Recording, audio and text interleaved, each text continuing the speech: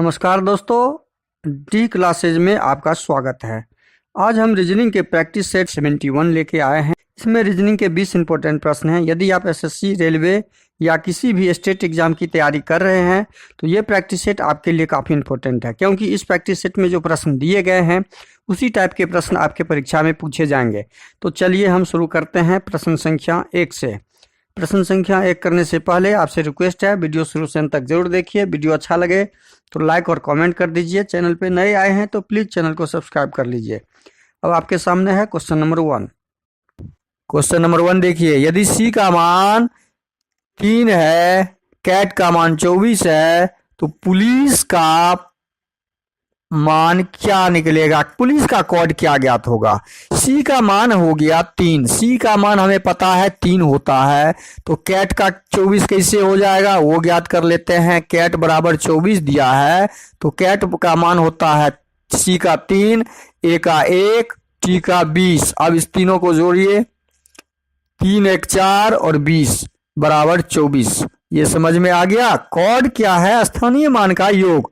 अक्षरों का स्थानीय मान का योग कोड में दिया हुआ है। तो अब हम पुलिस का ज्ञात करेंगे कि पुलिस के कोड में क्या दिया है, और पुलिस का कोड ज्ञात कर लेते हैं। देखिए, CEPOLI,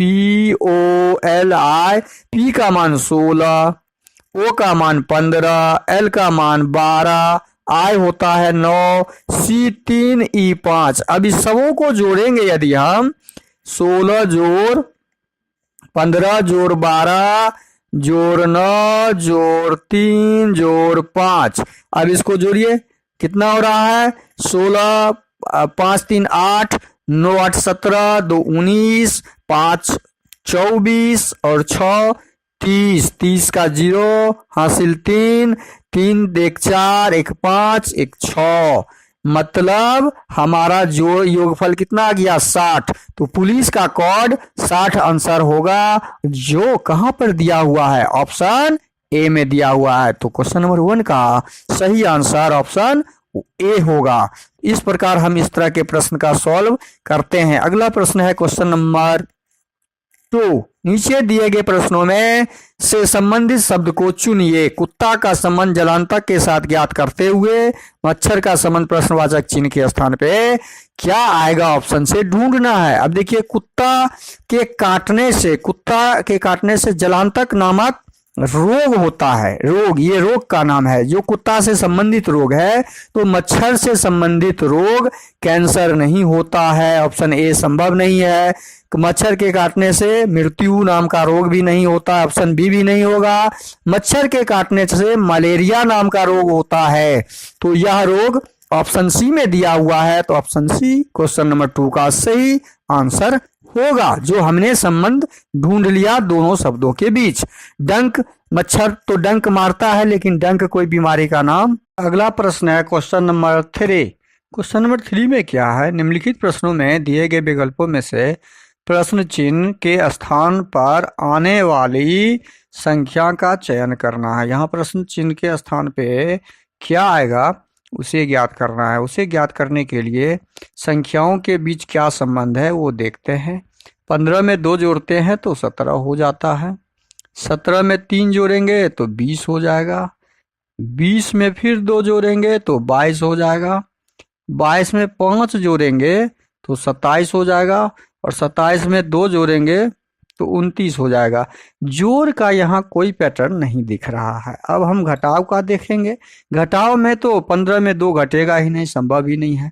तो अब इसमें घटाव का तो पैटर्न लगा हुआ है ही नहीं। तो आखिर पैटर्न क्या लगा हुआ है वो ढूंढना होगा। अचानक दिमाग में आपको ढूंढना होगा। ये सारी प्रक्रिया दिमाग में करना होता है एग्जाम में। यहाँ पे आपको प्रैक्टिस के लिए ये करके हमने आपको बताया कि जोड़ का जब पैटर्न यहाँ लगाएंगे तो जोड़ का पैटर्न यहाँ पे वर्क नहीं कर रहा है। अब क्या कर रहा है? ये कर रहा है 15 को में 5 जोड़ते हैं तो एक संख्या छोड़ के 20 हो जा रहा है। 20 में 7 जोड़ते हैं तो 27 हो जा रहा है। 7 जोड़ते हैं तो 27 हो जा रहा है। 5 के बाद 7। अब देखिए ऊपर में दूसरी संख्या को 17 में 5 जोड़ेंगे तो 22 हो जाएगा, और 22 में कितना जोड़ेंगे, 7 जोड़ेंगे तो 29 हो जा रहा है। मतलब हमने पैटर्न ढूंढ लिया कि 5 अगली संख्या 7, अगली संख्या 9 हो जाएगा। मतलब 7 में हम कितना जोड़ें, यहाँ पर देख लेते हैं। 7 में क्या 9 जोड़ने से 38 हुआ, मतलब 29 में 9 जोड़ने से 29 में 9 जोड़ेंगे तो 38 हो रहा है, हो रहा है। इसका मतलब ये पैटर्न यहाँ पे भी लग जाएगा हमारा प्रश्नवाचक चिन्ह के स्थान के पास कि अगली संख्या, मतलब 27 में 9 जोड़ लेंगे तो जो आएगा वही संख्या हमारा आंसर होगा। और 27 में 9 जोड़ने से क्या आएगा, 9 7 16 36 आएगा। तो हमारा प्रश्नवाचक चिन्ह के स्थान पे ऑप्शन ए में जो दिया हुआ है 36 वही आंसर आएगा। अगला प्रश्न है क्वेश्चन नंबर 4। अगला प्रश्न क्वेश्चन नंबर 4 में क्या दिया है, नीचे दिए गए प्रश्न में संबंधित संख्या को चुनिए। संबंधित संख्या को चुनना है और संबंध स्थापित करते हुए प्रश्नवाचक चिन्ह का आंसर ढूंढना है। तो नीचे दिए गए प्रश्न में संबंधित संख्या क्या है, 215 को क्या किया कि 6 हो जाएगा। तो 215, इसको दो तरीका से हम बना सकते हैं। 215 को 2 जोड़ 1 जोड़ देंगे तो कितना हो जाएगा, 216। 216 क्या है, 6 का घन है।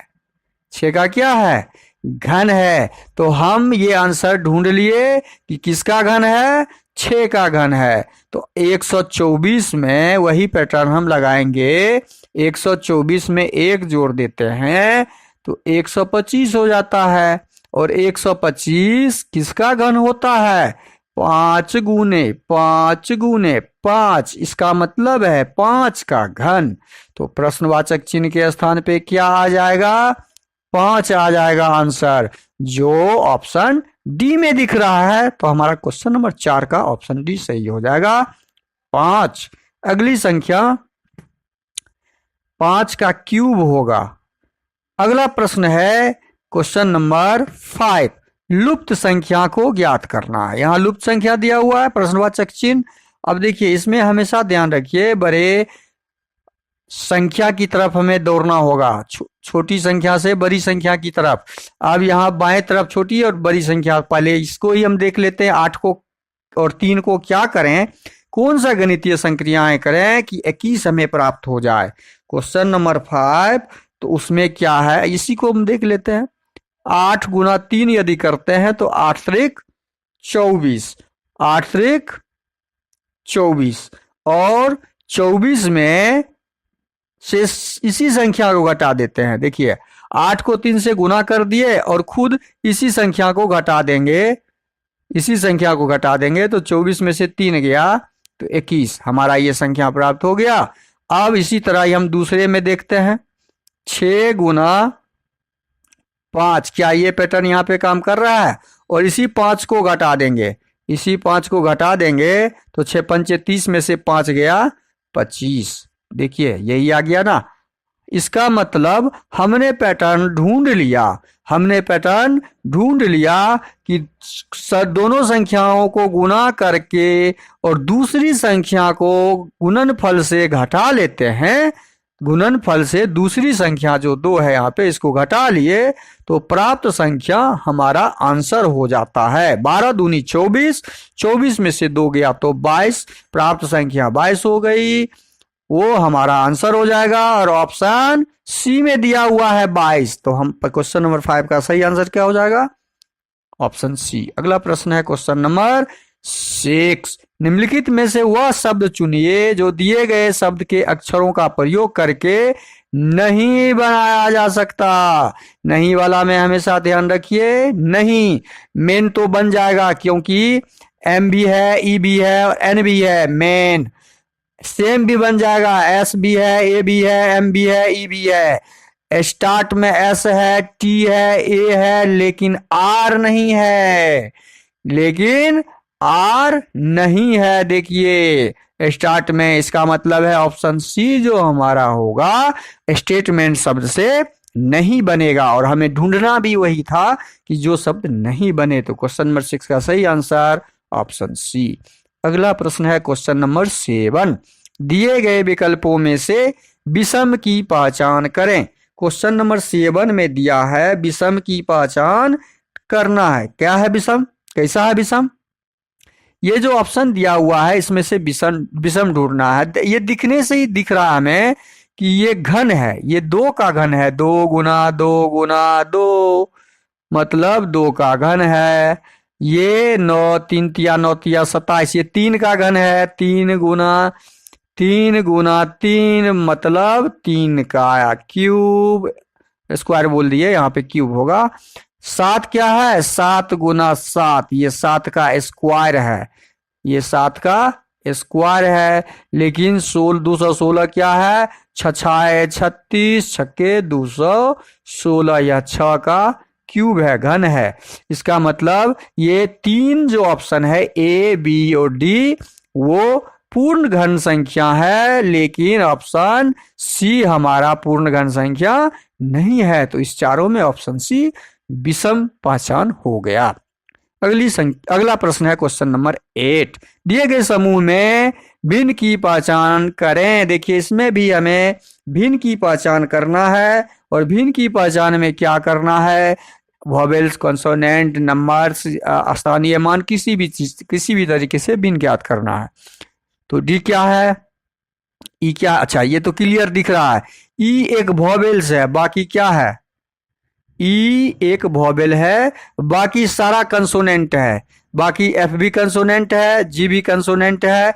इसका मतलब ऑप्शन बी हमारा इस चारों ऑप्शन में से भिन्न है, तो ऑप्शन बी हमारा भिन्न की पहचान में सही आंसर हो जाएगा। अगला प्रश्न है क्वेश्चन नंबर 9। शब्दों को शब्दकोश में आने वाले क्रम के अनुसार लिखना है। मतलब पहले ए वाला, उसके बाद बी, उसके बाद सी, उसके बाद ऐसे करके जेड तक का हमें लिखना होता है। तो अब यहाँ पे कौन सा clone, C L C L C L C L C L C L C L और सी आर करके एक है, तो एल सी तो सब में कॉमन है, इसको तो कट कर दीजिए। हमें देखना क्या है, एल उसके बाद और उसके बाद आर वाला है, तो एल होता है 11 नंबर 12 नंबर और आर होता है 18 नंबर, तो 12 नंबर वाला पहले आएगा। तो अब एल वाला 3 शब्द है, 1 2 3 4 शब्द है, 5। अब इस पांचों में से कौन सा एल वाला पहले आएगा। अब एल हमारा कंप्लीट हो गया, तो उसके बाद देखना है कि एल के बाद क्या है, एक में ओ है, एक में आई है। देखिए कई तरीके से इसको हम छांट सकते हैं। एक में आई है, उसके बाद ऑप्शन 3 में यू है और ऑप्शन 5 में ए है। अब इसमें सबसे पहले हमारा कौन वाला आएगा, ए वाला आएगा। इसका मतलब 5 नंबर वाला हमारा ऑप्शन पहले आएगा, 5 नंबर वाला ऑप्शन पहले आएगा। ऑप्शन में सब में 5 पहले है बस।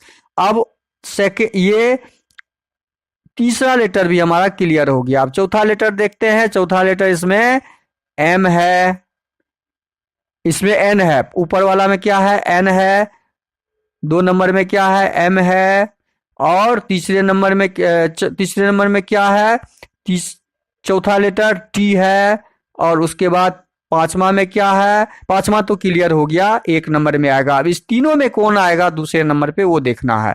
अब देखिए एन एम टी, एन होता है, एन का स्थानीय मान होता है 14, एम होता है 13, टी होता है 20। तो हमारा इसमें क्या हो जाएगा, एम वाला अक्षर जो होगा, मतलब एम वाला हमारा ऑप्शन 2 में दिख रहा है, तो 2 वाला ऑप्शन क्रम 2 में आ जाएगा। समझ रहे हैं ना, 2 वाला ऑप्शन 2 में। हम कैसे ढूंढ रहे हैं वो देखिए। अब एन क्लियर, एम क्लियर हो गया, चौथा लेटर क्लियर हो गया, सी 1 2 3 4 क्लियर हो गया। पचमा को देखते हैं, पचमा लेटर में कौन सा है, ऊपर में ई है, तो हम ई लिखेंगे। पांचवा लेटर में यहाँ पे क्या है, ए है, तो ए है, तो ये क्लियर है, पहले ए वाला ही आएगा, पहले ए वाला ही आएगा। और यहाँ टी है, यहाँ टी है, इसका मतलब ए वाला पहले आएगा। अच्छा 2 नंबर तो हो गया, 2 नंबर को तो लिखना ही नहीं था हमें, 2 नंबर क्लियर था, 2 नंबर छोड़ दीजिए। ई और टी में पहले कौन आएगा, तो ई वाला पहले आएगा। इसका मतलब 5 2 के बाद 1 नंबर वाला तीसरे क्रम में आएगा, 1 नंबर वाला तीसरे क्रम में आएगा। तो अब बचा कौन, 1 नंबर क्लियर हो गया, यहाँ M क्लियर हो गया, यहाँ A क्लियर हो गया, यहाँ C क्लियर हो गया। तो हमारे पास बच गया T। उसके बाद T कितने नंबर पे है, ये T वाला T वाला 3 नंबर पे है, इसके बाद 3 नंबर आ जाएगा। ये भी क्लियर हो गया। बचा कौन, चौथा, एक ही, बस वो 4 नंबर में आ जाएगा। ये क्रम जिस ऑप्शन में दिखेगा हमारा, वो क्रम आपका सही आंसर होगा। यह क्रम किस में दिख रहा है, यह क्रम हमारा दिख रहा है 5 2 1 3 4 ऑप्शन सी में। तो इस प्रश्न का सही आंसर क्या हो जाएगा, ऑप्शन सी। क्वेश्चन नंबर 10 में क्या है, एक विशिष्ट कौद भाषा में रेंज को क्या लिखा है। देखिए रेंज को क्या लिखा है, आर, रेंज को RANGE, रेंज को लिखा है FIQEW।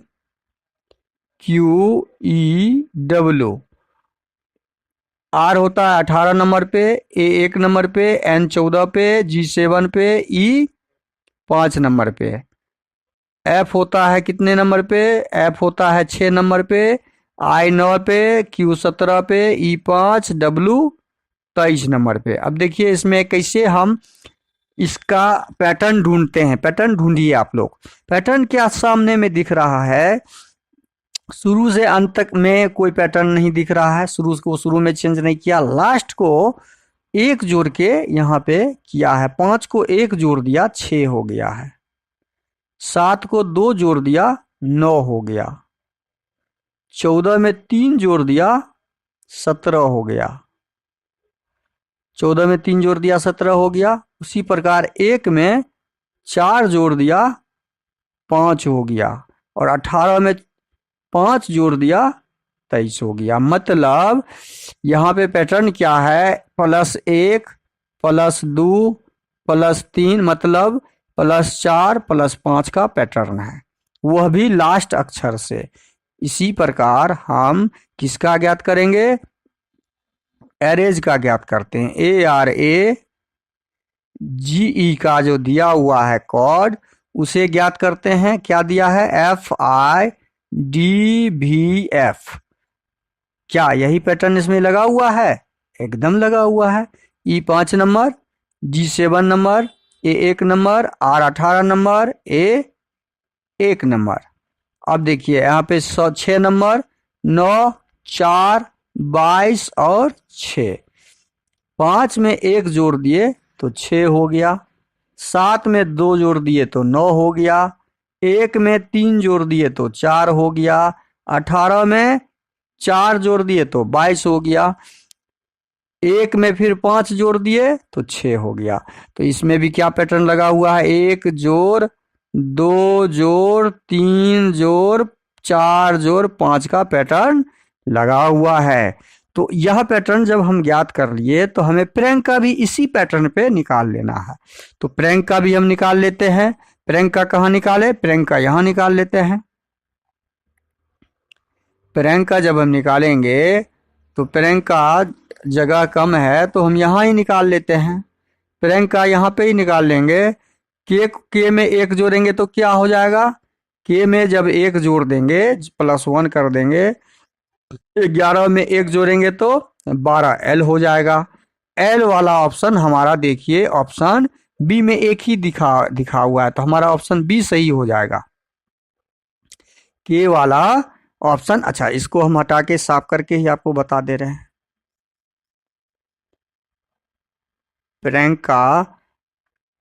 प्रैंक का जब हम ज्ञात करेंगे तो प्रैंक का कैसे निकालेंगे, प्रैंक में यहाँ पे ही निकाल लेते हैं।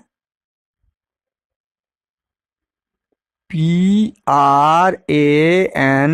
प्रैंक में हमें पैटर्न क्या लगाना है, +1 +2 +3 +4 +5 का हमें पता है। तो के में पीछे से 1 जोड़ेंगे तो L हो जाएगा, और L वाला आंसर हमारा ऑप्शन बी में दिया हुआ है केवल। तो हमारा ऑप्शन सही आंसर निकल गया। लेकिन हम पूर्ण जानकारी देना चाहेंगे इसमें। N में 2 जोड़ेंगे, N होता है 14 2 16, A 1 नंबर तो इसमें 3 जोड़ेंगे, 3 में कितना होता है 4, R 18, इसमें 4 जोड़ेंगे, 18 4 22, भी 22 में, और 16 में हम 5 जोड़ेंगे तो 21, 16 में 5 जोड़ेंगे तो 21। LPD भी हमारा ऑप्शन बी में है, तो हमारा ऑप्शन बी सही आंसर हो जाएगा।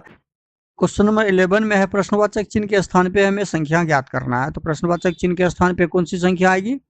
0 से 4 आने के लिए +4 किया गया, 4 से 10 आने के लिए +6 किया गया, 6 से हम पीछे से आ रहे हैं, ठीक है, यहाँ माइनस कर लें या जोड़ लें।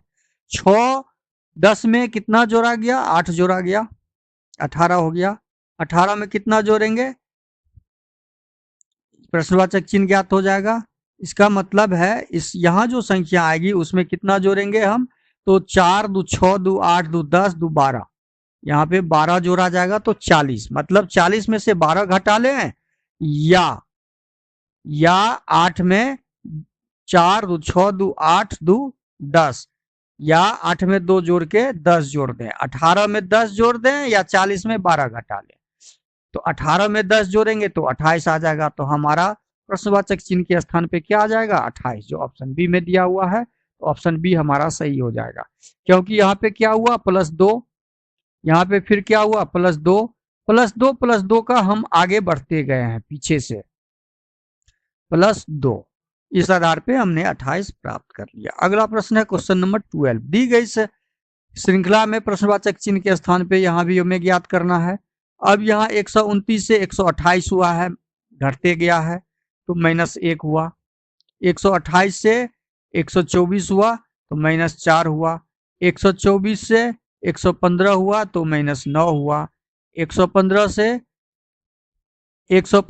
99 हुआ, 115 से 99 हुआ तो 16 घटा है। 15 में से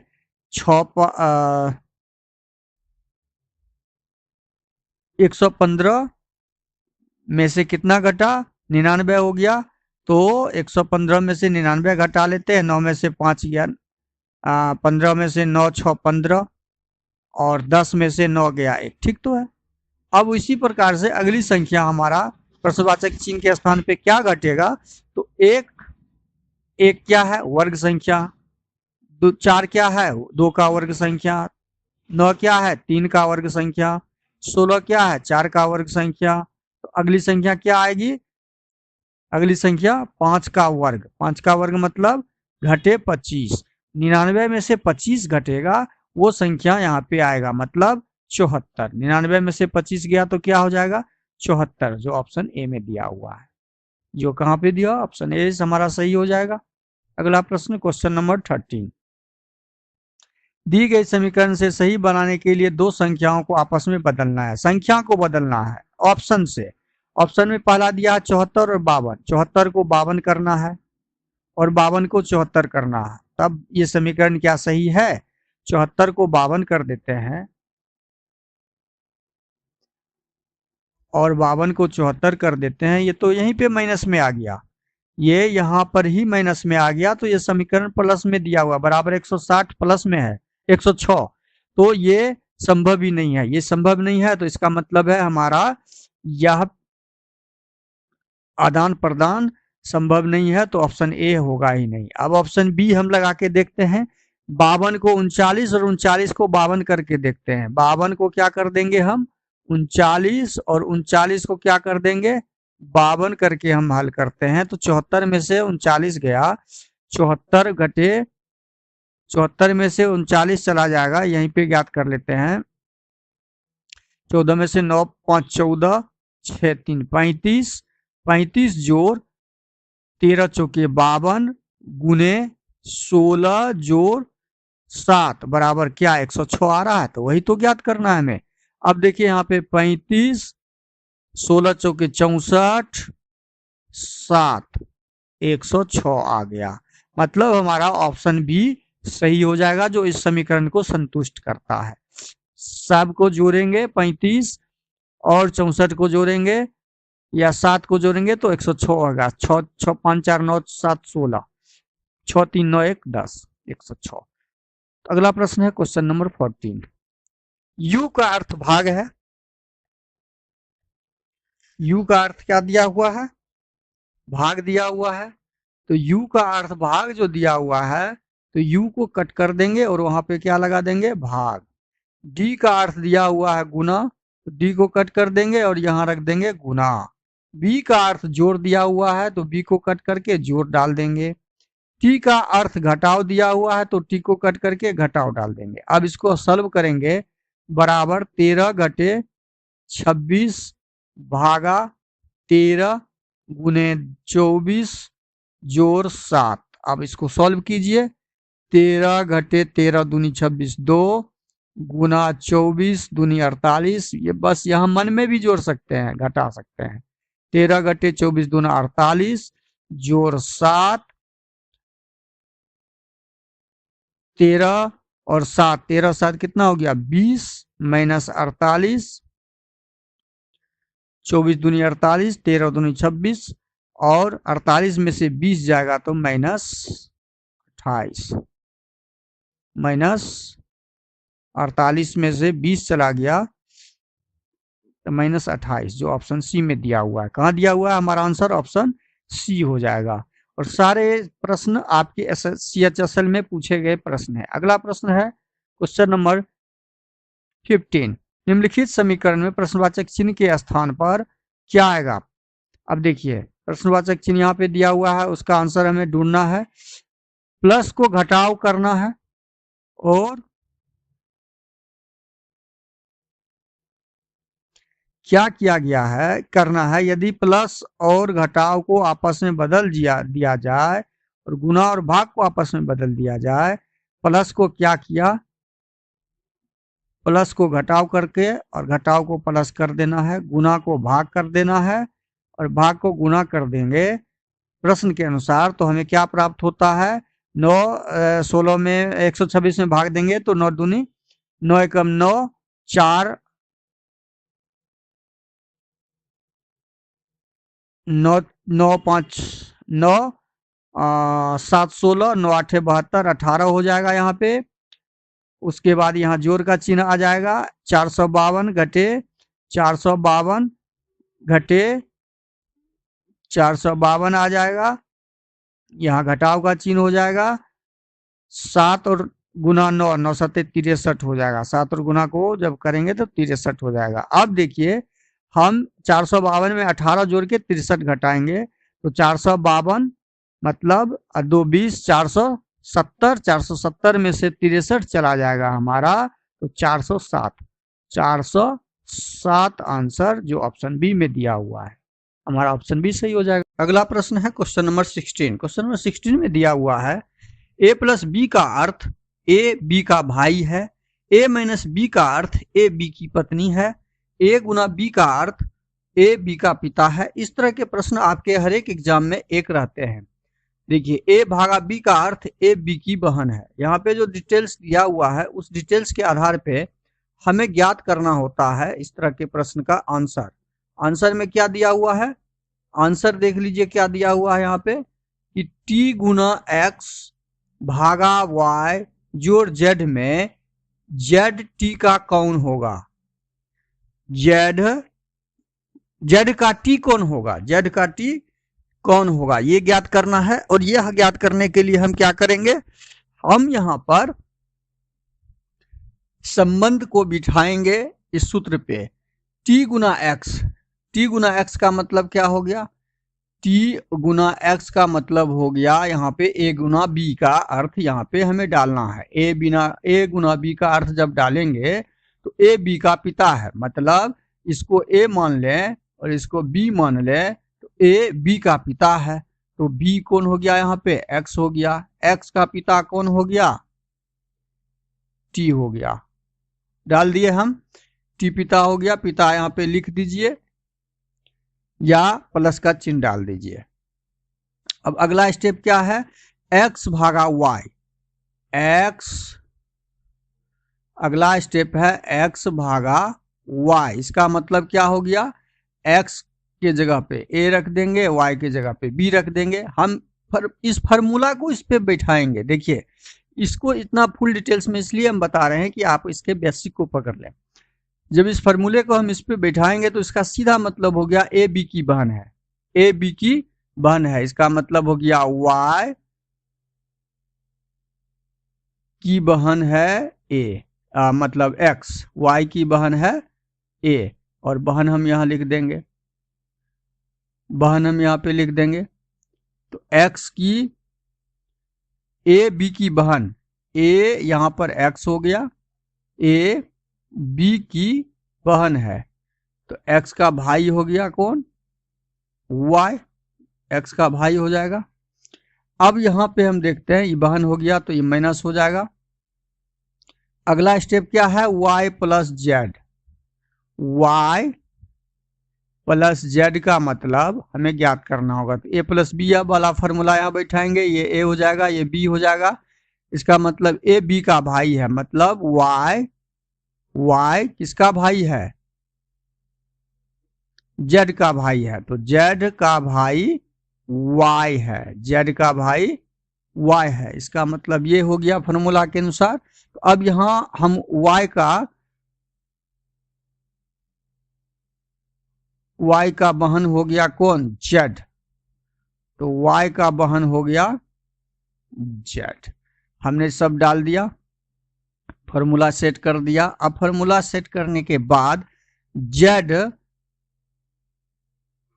t पिता हो गया, ये तो क्लियर तो है, z का कौन लगेगा, t, प्रश्न में हमें ज्ञात करना है z का कौन होगा, t, तो z का पिता होगा, क्योंकि x और z दोनों बहन है, y भाई है, तो तीनों भाई बहन का पिता एक ही ना होगा, तो पिता होगा। इस प्रश्न का सही आंसर क्या हो जाएगा हमारा, ऑप्शन ए हो जाएगा। इस प्रश्न का सही आंसर ऑप्शन ए हो जाएगा। प्रश्न है क्वेश्चन नंबर 17, यदि लीप वर्ष नहीं है तो वर्ष का अंतिम दिन और उसी वर्ष का पहला दिन कैसे संबंधित करेंगे। अब देखिए, जब किसी वर्ष में 365 दिन होंगे तो ये लीप वर्ष नहीं होंगे, इसको नन लीप वर्ष बोला जाता है। लीप वर्ष में कितने दिन होते हैं, लीप वर्ष में आपके 366 दिन होते हैं।